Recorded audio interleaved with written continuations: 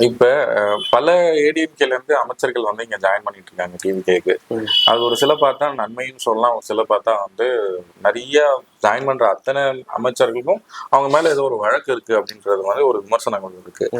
இந்த சமயத்துல வந்து விஜயபாஸ்கர் அண்ணா வந்து டிவிகேல ஜாயின் பண்ணது வந்து பலமா பாக்குறீங்களா இல்லைன்னா பலவீனமா பாக்குறீங்களா? இல்ல இதுல பலம் பலவீனத்தை தாண்டி வந்து ஒரு ஏன்னா அவர் மேலேயும் ஒரு வழக்கு இருக்குன்றாங்க இந்த மாதிரி. ஆமா இருக்கு அவர் மேலேயும் குட்கா வழக்கு இருக்கு, சில வழக்குகள் இருக்கு. ஒரு ஸ்டார்ட் அப் கட்சி இருக்கு இல்லையா, அந்த கட்சிக்கு வந்து முதல்ல வந்து பாத்தீங்கன்னா இப்ப இது டிவிகே வந்து பாத்தீங்கன்னா இது இந்தியாவில இது வரலையும் யாரும் பண்ணாம ஒரு ஸ்டார்ட் பண்ண ஒரு 2 வருஷத்துலயே வந்து கவர்மெண்ட்டை ஃபார்ம் பண்ணிட்டாங்க. அது வந்து ஒரு ஒரு தனிப்பட்ட கரிஸ்மாட்டிக் அவரோட அந்த ஒருத்தருக்காக வந்து வந்த சப்போர்ட்ல அந்த கவர்மெண்ட் ஃபார்ம் ஆயிடுச்சு.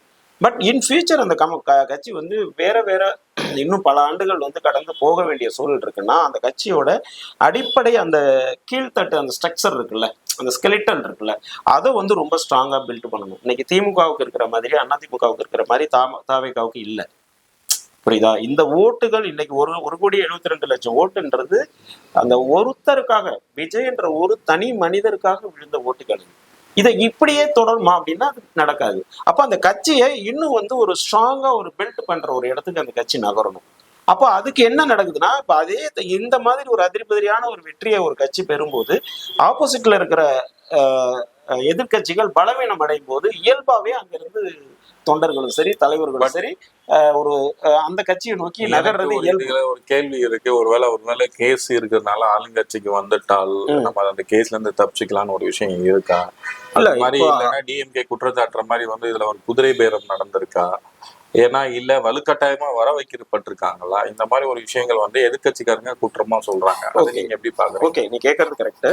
இப்ப வந்து குதிரை பேரம் அப்படிங்கிற ஒரு விஷயத்த நம்ம டோட்டலா அவாய்ட் பண்ணலாம். ஏன்னா இப்போ குதிரை பேரம் நடக்கக்கூடிய இடத்துல தாவேக்கா இல்லை. ஏன்னா அவங்களுக்கு இப்போ மெஜாரிட்டிங்கிறது அந்த 118 தாண்டி 120 இருக்கு.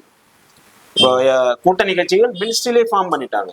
அப்போ அவங்க வந்து ஒரு குதிரை பேரத்தை நடத்த வேண்டிய அவசியம் இல்லை. இப்போ இன்கேஸ் வந்து ஒரு ஷார்ட்ல இருக்காங்க அப்படின்னா நீங்க சொல்ற இதை வந்து ஏற்றுக்கலாம். அவங்க நடத்த வேண்டிய அவசியமே இல்லை.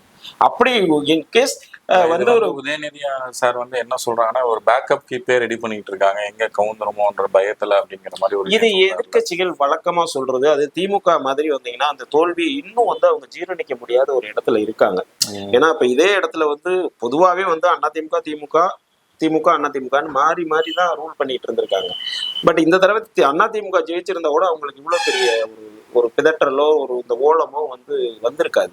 பட் ஒரு புது கட்சி வந்து நம்மளை வந்து ரொம்ப அதாவது என்னன்னா ஒரு ஒரு ஒரு ஒரு டிஸ்மேண்டில் பண்ண மாதிரியான ஒரு அதிர்பதிரியான வெற்றி அடைஞ்சு வரும்போது அவங்களால இன்னமும் அது ஏத்துக்க முடியல. இப்ப அதனாலதான் வந்து அதிமுக திமுக எல்லாம் கூட்டணி சேர்றதுக்கு இவர் எடப்பாடி அவர்களை சிஎம் ஆக்குறதுக்கு கூட ஸ்டாலின் உதயநிதி எல்லாம் முயற்சி பண்ணது அதோட வெளிப்பாடு தான். அப்ப இவங்க நீங்க கேட்கிற உதயநிதி மாதிரி ஆட்கள் சொல்றது வந்து சொல்லதான் ஆகணும். ஏன்னா அவங்க எதிர்கட்சி தலைவராக இருக்காங்க, எதிர்கட்சியா இருக்காங்க, எதிர்வினை ஆற்றணும், இந்த கட்சியோட செயல்பாடுகளை எதிர்த்து விமர்சனம் பண்ணணும். அப்பதான் மக்கள் தாவேக்காவுக்கு எதிராக இருக்கிற மக்களை ஒன்று திரட்டணுங்கிற அந்த நோக்கத்துல இதை பண்ணிக்கிட்டே தான் இருப்பாங்க. பட் இந்த இடத்துல நீங்க ஃபர்ஸ்ட் கேட்ட மாதிரி இப்ப விஜயபாஸ்கரோ எம்ஆர் விஜயபாஸ்கரோ நம்ம இவர் செய்தித்துறை அமைச்சர் கடம்பூர் ராஜா இருக்கட்டும் இல்ல எம்சி சம்பத்தா இருக்கட்டும், இப்படி வந்து சேர்ற அத்தனை முன்னாள் அமைச்சர்களும் அந்த பாயிண்டையும் நான் மறுக்கல. அவங்கள தன் மீது இருக்கிற வழக்குகள் அது தனக்கு இருக்கிற அந்த சொத்து பிரச்சனைகள் இதெல்லாம் வந்து ஒரு சேவ் பண்ணணும் அப்படின்னா ரூலிங் பார்ட்டியில இருந்தா நமக்கு சரியா இருக்கும் அப்படிங்கிற ஒரு நிலைப்பாட்டிலையும் வந்திருக்கலாம். அதை நம்ம மறுக்க இல்லை. ஆனா இன்னொரு இடத்துல பாத்தீங்கன்னா கரண்ட்ல இப்ப அதிமுகங்கிற ஒரு கட்சி வந்து ரொம்ப சிதிலம் அடைந்து போயிட்டு இருக்கிற நேரத்துல இதை அடுத்து இதோட ஃபியூச்சர் என்னவா இருக்குங்கிற ஒரு சந்தேகம் அவங்களுக்கு எல்லாம் தோண்டிருச்சு. இப்ப ஏன்னா நாளுக்கு நாள் அது குறைஞ்ச ரொம்ப சுருங்கிக்கிட்டே வரும்போது அப்ப நம்ம மீதம் இருக்கிற அரசியல் வாழ்க்கையை வந்து நம்ம மூவ் பண்ணி கொண்டு போனோம்னா அப்போ அப்கமிங்ல இருக்கிற ரொம்ப பவர்ஃபுல்லா இருக்கிற ஒரு கட்சியில போய் நம்ம ஐக்கியம் ஆயிட்டோம்னா நமக்கு அரசியல் எதிர்காலம் கொஞ்சம் நல்லா இருக்குங்கிற அந்த ஆஸ்பெக்ட்லையும் வரலாம். இது இப்படித்தான் நடந்திருக்கு. மேலும் இதுல குதிரை பேரம்ங்கிறது வந்து ஒரு எக்ஸ்ட்ரா ஃபிட்டிங் தான். ஏன்னா குதிரை பேரம் பண்ண வேண்டிய இடத்துல தாவேக்கா இல்லை. ஏன்னா அவங்க ஆல்ரெடி 120 இருக்காங்க. கரண்ட்ல இப்ப வந்து பாத்தீங்கன்னா இப்போ 7 இடைத்தேர்தல் இருக்கு. இப்போ இடைத்தேர்தல் வந்தாலே அவங்க ஃபில்ஃபில் ஆயிடுவாங்க. அப்ப அந்த இடத்துக்கு வந்து பல கோடிகளை கொட்டி கொடுத்து ஆட்களை வாங்க வேண்டிய இடத்துல அவங்க இல்லை. இதை யாரு செய்ய வேண்டிய இடத்துல இருக்காங்கன்னா அதிமுக திமுக வந்து அந்த இடத்துல இருக்காங்க.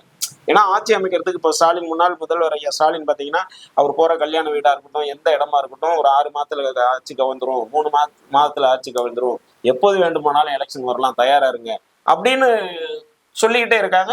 நெக்ஸ்ட் டேவே பாத்தீங்கன்னா இன்னைக்கு ஆட்சியை கவிழ்க்கிறதுக்கு வந்து சூது நடந்தது அப்படிங்கிற மாதிரி சொல்லி இன்னைக்கு ஒரு 8-10 பேர் அரெஸ்ட் பண்ணியிருக்காங்க. முக்கிய முன்னாள் அமைச்சர்கள் தலைமறைவாலாம் இருக்காங்க. இப்ப நீ இதெல்லாம் பார்க்கும்போது இந்த பேரத்தை யார் பண்ண வேண்டிய இடத்துல இருக்காங்கிறது பொதுவா மக்களுக்கு தெரியும். அந்த மாதிரி ஒரு சாத்தியக்கூறு இருக்கா? ஒரு 6 மாசத்துல ஒரு ஆட்சியை கவிழ்க்கிறதுக்கான ஒரு சாத்தியக்கூறு இருக்கா? சாத்திய கூறுகள்னு இப்போதைக்கு எதுவுமே இல்லை. ஆனா அவங்க முயற்சி பண்றாங்க. அது எப்படி பண்றாங்க அப்படின்னா, இப்ப வந்து ஒரு நம்பிக்கையில்லா தீர்மானம் கொண்டு வந்து அதுல இதே மாதிரியே தான் வந்து அம்மையார் ஜெயலலிதா அம்மா இறந்ததுக்கு அப்புறமும் திடீர்னு வந்து எடப்பாடியார் வந்து சிஎம் ஆனது அப்பயும் இதே மாதிரி தான் ஒரு விஷயம் சொல்லிக்கிட்டே இருந்தாங்க. ஒரு 3 மாசத்துல ஆட்சியை கவுத்துருவோம், எடப்பாடியாரால ரொம்ப நாள சஸ்டெயின் பண்ண முடியாது, ஆனா ஒரு தாராளமா ஒரு 5 வருஷம் நடத்திட்டு போயிட்டாரு. அந்த பேட்டர்னை இங்க ட்ரை பண்ணி இல்ல. அதாவது இதுல ஏதோ ஒரு உள்கூத்து இருக்கு. இல்ல உள்குத்து வெளிக்குத்துலாம் இல்ல, டைரக்டாவே தான் இருக்கு. எடப்பாடி இருந்தது வந்து ஷார்ட்ல இருந்தாரு. அன்னைக்கு எம்எல்ஏஸ் அவருக்கு கம்மி. ஏன்னா டிடிவி கிட்ட ஒரு 18 பேர் போயிட்டாங்க, இவரு ஓபிஎஸ் கிட்ட வந்து ஒரு 11 பேர் போயிட்டாங்க. அன்னைக்கு ஷார்ட்ல இருந்தாரு. அப்போ வந்து அந்த 11 பேர் ஓபிஎஸ் நேர் எதிர் திசையில இருந்ததுனால அவர் வந்து ஆட்சி கவலைக்கூடிய சூழல்ல இருந்தது. அப்ப நம்பிக்கையில்லா தீர்மானம் வரும்போது ஓபிஎஸ் தான் சப்போர்ட் பண்ணி கவர்மெண்ட் ரன் ஆனாங்க. அன்னைக்கு வந்து அவங்க ஃபுல்ஃபில் ஆயிட்டாங்க, விட்டாங்க. பட் இங்கே வந்து எப்படின்னா 120 இருக்கு இவங்களுக்கு, மெஜாரிட்டியான ஒரு கவர்மெண்ட். ஏன்னா கூட்டணி கட்சி வந்து மினிஸ்ட்ரியிலே ஃபார்ம் பண்ணிட்டாங்க. அப்ப இங்க எந்த இதுவுமே இல்லை. ஆனா இவங்க என்னென்ன பண்றாங்கன்னா, இப்ப திமுகவும் அதிமுகவும் சேர்ந்து ஆட்சி அமைக்க முடியுமான்னா அதுவும் இப்ப முடியாது. ஏன்னா கூட்டணி கட்சி எல்லாருமே இங்க வந்துட்டாங்க.